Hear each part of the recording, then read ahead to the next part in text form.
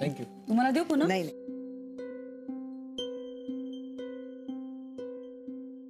घ्या.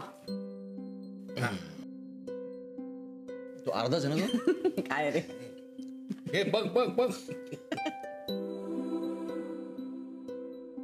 मदत करू? नाही नाही झालंच आहे, बस. आई, आज मी मोनिकाला हॉस्पिटलला घेऊन जातोय. अगो बाई, का? डिलिव्हरीची डेट जवळ आली आहे. काय रे विक्रांत, नाही नाही, असं काही नाहीये, ते प्रिकॉशन म्हणून चेकअपसाठी. नक्की ना रे, काही लपवत नाहीस ना? मोहन, तुला जर गप्पा मारायचे असतील ना तर तो पेपर मला दे इकडे. चल बघ बघ बघ, मोनिकाच्या बाळाची न्यूज आली का बघ याच्यामध्ये. बघ काय. अरे हे कधी झालं? नानू मामा, अजून झालेलं नाहीये, पण कधी होऊ शकतं. गीता का तू ह्याला काय सांगतेस? हा असतो काय या जगामध्ये? बरं बरं, आता कळेल का काय झालंय ते? नानू मामा, काही झालं नाहीये. आज हा तिला चेकिंग साठी हॉस्पिटलला घेऊन चाललाय. एवढंच ना? मग हा का आगीच्या बंबासारखा ठणाणा करतोय? कर कर मोहन, माझी टिंगल कर. पण अरे मी नेहमीच आगीच्या बंबासारखा असा तयार असतो. आग लागो किंवा न लागो, पण हा बंब लाल नाहीये, पांढरा आहे, पांढरा. मोहन, नाही नाही, पण लक्षात ठेव, हा नाण्या इथं घरात आहे ना, म्हणून सगळं व्यवस्थित चाललंय. गीता, सगळं व्यवस्थित होईल ना? हॉस्पिटलमध्ये निर्मलाताई आहेत, आपला विक्रांत आहे, आणि तुम्हाला सांगू का, देवापेक्षा जास्त विश्वास ठेवतात लोक यांच्यावर. अगं लोकांचं लोकांपाशी बाई, मला तर बाई काळजीच वाटतेय. काय ग बहिणी तू पण?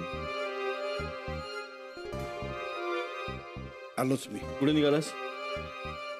काय, मधूच्या बॅगेत गावच्या देवाच्या अंगाऱ्याचे काही पुढे असतात, त्यातली एक पुडी याच्या बरोबर देतो. नानू मामा, तुम्ही सुद्धा.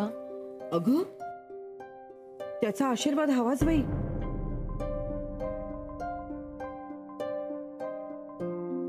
आलोच.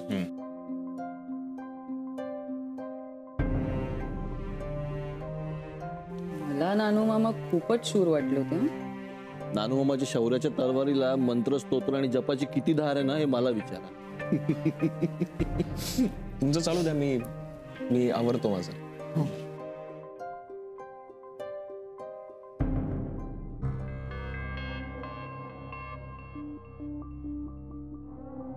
हॅलो मनू, हे बघ, मला माहिती आहे तुला खूप काम आहेत, पण तरीही 11 वाजता फॅमिली कोर्टात ये. मला तू तिकडे हवी आहेस, प्लीज. बाय.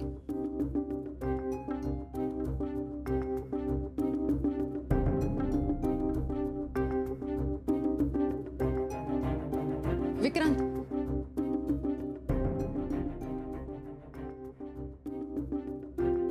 मी घरच्यांना सांगितलंय की मी तुला हॉस्पिटलमध्ये घेऊन जातोय चेकिंगसाठी.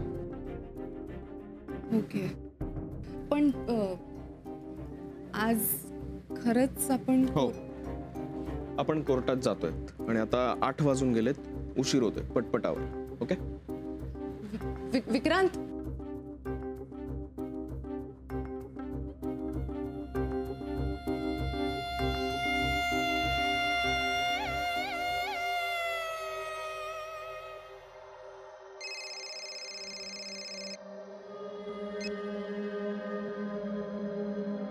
हाय, गुड मॉर्निंग.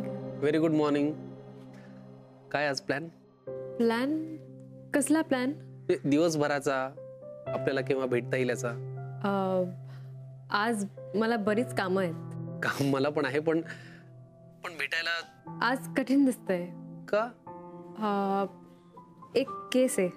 हो, इमर्जन्सी आहे. हो.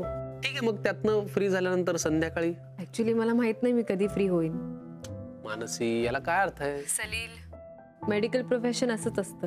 अरे हो, पण डॉक्टरांना काही लाईफ आहे की नाही? नाही, प्रोफेशन हेच त्यांचं लाईफ असतं. बर, या सगळ्या कामातनं फ्री झालीस, थकली नसशील, भेटायचा मूड असेल तर फोन करशील? नक्की करेन. मग तू रात्री 10 पर्यंत फोन केलास तरी चालेल. 10? जेवणाची वेळ जरी टळली तरी आपण कॉफी किंवा ज्यूस प्यायला भेटूच शकतो ना. Okay, okay, good day. Bye.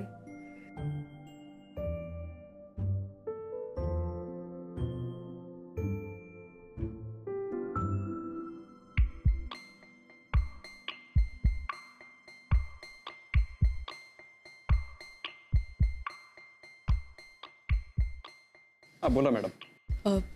वकील साहेब, या सगळ्याला किती वेळ लागणार आहे? आता तुमची ऍप्लिकेशन्स फाईल करण्यासाठी मिस्टर दळवींचा वकील समोरच्या कोर्टात जाईल. त्यानंतर कोर्ट जो आदेश सांगेल त्यानुसार पुढच्या सगळ्या प्रोसिजर्स होतील. ऍक्च्युली हे सगळं खूप ऑकवर्ड आहे माझ्यासाठी. I understand. आपण तुम्हाला शक्य तितक्या लवकर घरी सोडता येईल हा प्रयत्न करू. Please if you can do that. Sure, आलोच.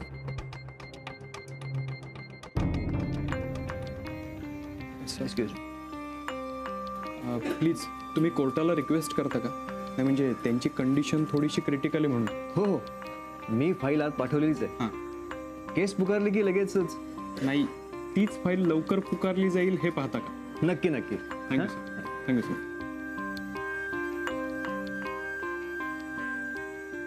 प्रोसिजर बद्दल जरा कळलं तर. हो, कोर्ट तुम्हाला कुठल्या तरी एका काउन्सिलरकडे पाठवतील आणि पुढे काउन्सिलर्स तुम्हाला काय ते सांगतील. केस नंबर 1437/2016 सुधीर शर्मा वर्सेस सुनीता शर्मा.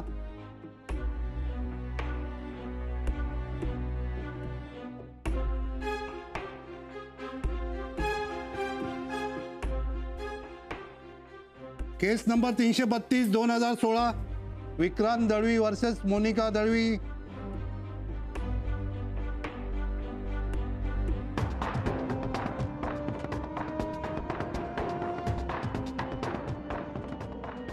तुम्ही बसा, रिलॅक्स.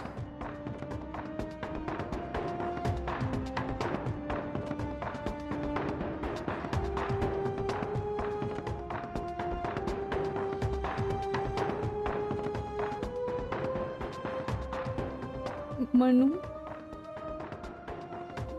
मला हे सगळं बघून खूप गरगरल्यासारखं वाटतंय. रिलॅक्स राहील अजून फक्त थोडा वेळ. म्हणजे मी मगाशी विचारलं, तुम्हाला दोघांना आता काउन्सिलर रूममध्ये जायचं आहे. तू नाही येणार आहे माझ्या बरोबर? नाही, तिथे परवानगी नाही आहे. मलाच काय, ते वकिलांनाही तिथे राहू देणार नाही आहेत. चला मॅडम, आता आपल्याला समोरच्या 2 नंबर रूम मध्ये जायचं. इथं सरदेसाई नावाच्या काउन्सिलर मॅडम आहे.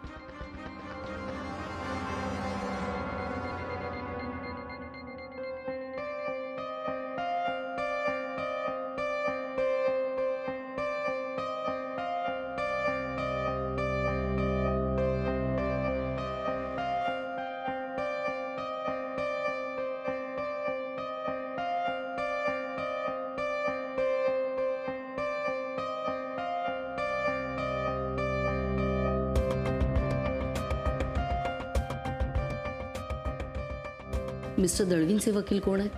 मी आहे मॅडम. मिसेस दळवींचे वकील तुम्ही का? Yes madam. आपण कोण? मी त्यांची बहीण आहे. Yes madam.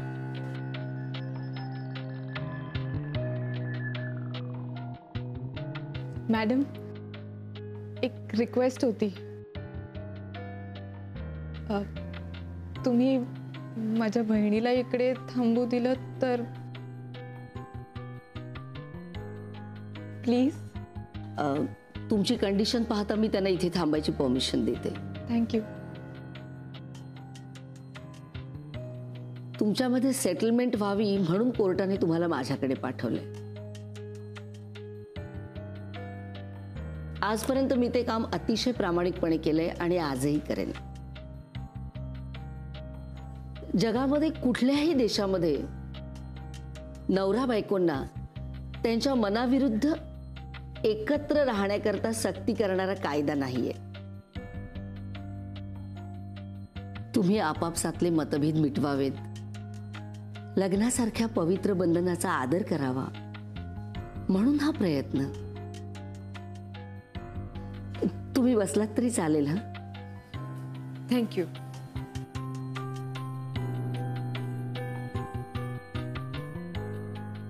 मिस्टर दळवी, तुम्ही डॉक्टर आहात. मिसेस दळवी, तुम्ही देखील MBA केलंय. असं काय घडलं तुम्हा दोघांमध्ये की तुम्हाला डिवोर्स हवाय? आधी त्यांना बोलू द्या. बोला. एक मिनिट.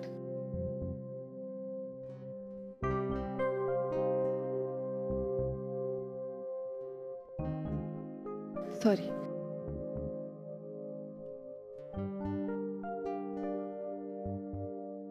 मॅम, मी आणि विक्रांत एकमेकांना लग्नाच्या आधीपासूनच ओळखत होतो.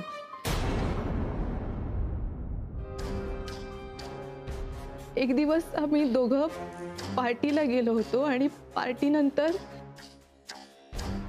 जे घडायला नको ते सगळं घडलं. मला खरंच माहिती नव्हतं की मी प्रेग्नेंट आहे. खरंच. जेव्हा आम्हाला ही गोष्ट कळली तेव्हा विक्रांतने अगदी प्रामाणिकपणे घरातल्या सगळ्यांना सगळं खरं सांगून टाकलं.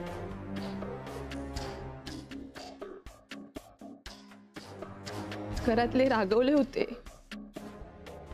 रुसले होते, पण मोठ्या मनाने त्यांनी आम्हाला दोघांनाही माफ केलं. माझी डिलिव्हरी काही दिवसांवर असताना विक्रांतने मला डिवोर्सची नोटीस पाठवली. कदाचित विक्रांतचं माझ्यावर किंवा माझ्या बाळावर प्रेम नाहीये का? मला खरंच माहित नाही. पण विक्रांतचं तर माझ्यावर आणि माझ्या बाळावर प्रेम नाहीये, तर मी काय करायचं? नाईलाजाने मी डिवोर्स पेपर्सवर साईन केलं. पण मी खरं सांगते मॅम, मला विक्रांत माझा नवरा म्हणून आणि माझ्या बाळाला एक बाबा म्हणून हवाय.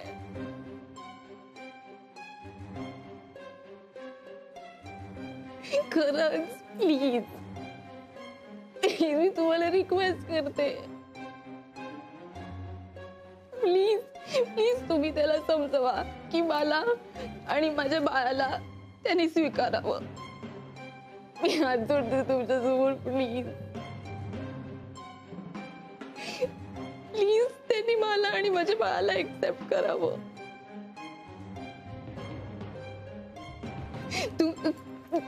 तुम्हाला जर खोटं वाटत असेल ना तर मनू आहे ना माझी बहीण, तुम्ही तिला विचारू शकता. म्हणून मी खरं बोलते ना. प्लीज प्लीज सांग ना त्यांना, प्लीज. तुम्ही शांत व्हा, मी बघते काय करायचं ते. सॉरी. मिस्टर दळवी, तुम्ही बोला. ते हेच म्हणणार की हे सगळं खोटं आहे. ते आता मी ठरवेन, तुम्ही शांत व्हा. बोला मिस्टर दळवी. मॅम, मी केवळ एक डॉक्टर नाहीये, मी गायनेकोलॉजिस्ट आहे, प्रसूती तज्ञ. आणि माझे आजोबा कैलासवासी सदाशिवराव दळवी हे आयुर्वेदाचार्य होते. आजोबांबद्दल इथे सांगायची काही गरज आहे का? हो मॅम, गरज आहे. कारण त्यांनी जर मला नाडी परीक्षा शिकवली नसती तर मॅट्रिमोनियल साईटवर लग्न ठरलेल्या मला माझी बायको लग्नाच्या आधीच प्रेग्नंट होती हे कळलंच नसतं. ते कसं कळलं? होमाला फेरे घालत असताना मी चुकून हिचा हात धरण्याऐवजी मनगट धरलं म्हणून.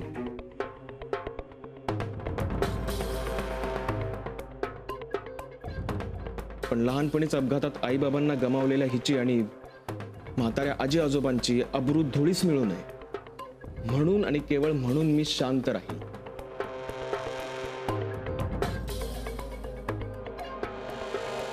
नाहीतर माझी गायनाक आत्या मांडवातच ह्यांचा उद्धार करायला निघाली होती. हिने स्वतःला आपण प्रेग्नंट आहोत हे माहीतच नसल्याचं नाटक केलं.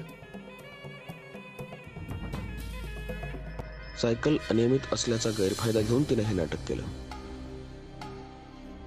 त्यानंतर झोपेच्या गोळ्या खाऊन आत्महत्या करण्याचाही प्रयत्न तिने केला. पण तिला वाचवण्यामागे माझं फक्त एकच कारण, आणि ते म्हणजे हिच्या बरोबर हिच्या पोटातल्या निष्पाप बाळाचा जीव जाऊ नये, एवढंच. तुम्हाला एवढं सगळं माहित होतं तर मला फक्त एकच सांगा की तुम्ही तेव्हाच तिला घटस्फोट का नाही दिलात?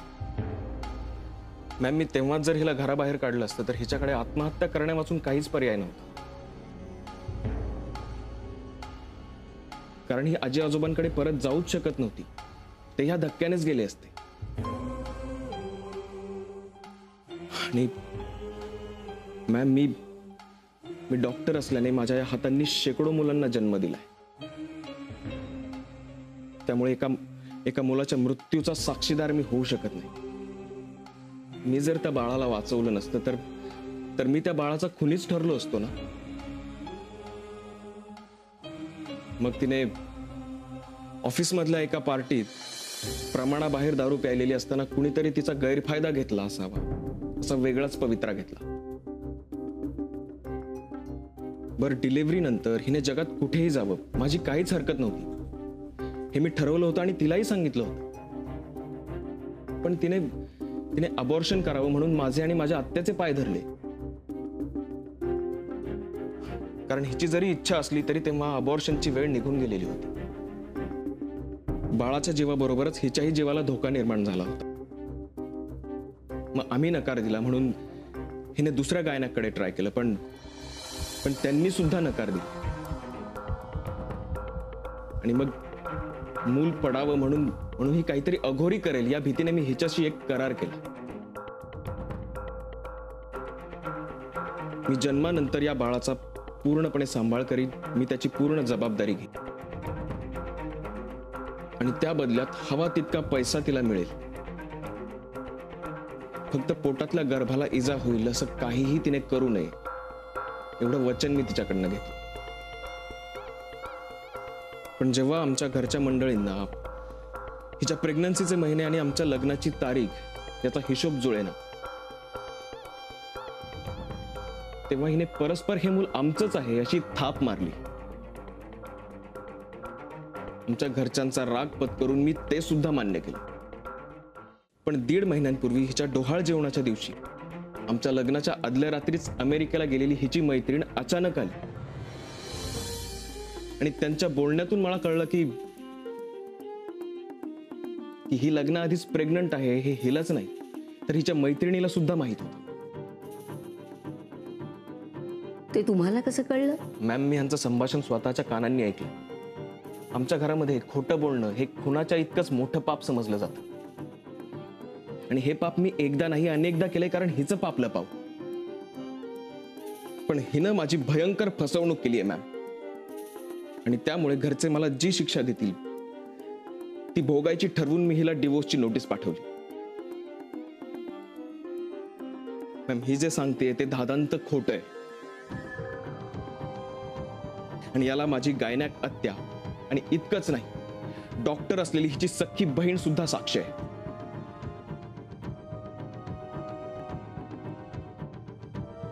आणि कोर्टाची जर इच्छा असेल तर हिची अमेरिकेची मैत्रीण सुद्धा येऊन इथे साक्ष देईल. मॅम, एक वेळ मी ते माझं नसलेलं मूल सांभाळू शकतो, पण हिला नाही सांभाळू शकत. माझी इच्छाच नाहीये हिला सांभाळायची. हिची डिलिव्हरी झाली की मी हिला घरातून हकलून देणार आहे.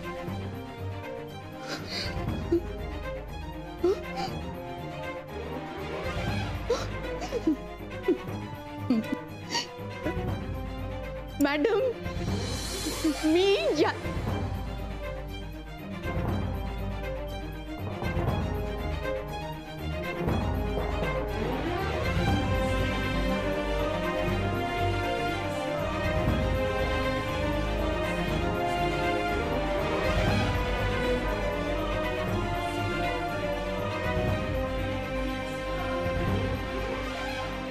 मानसी ॲम्ब्युलन्स बोलव. आत्याला फोन करून सांग आपण हॉस्पिटलला येतोय, पुढच्या काही मिनिटातच हिची डिलिव्हरी होणार आहे.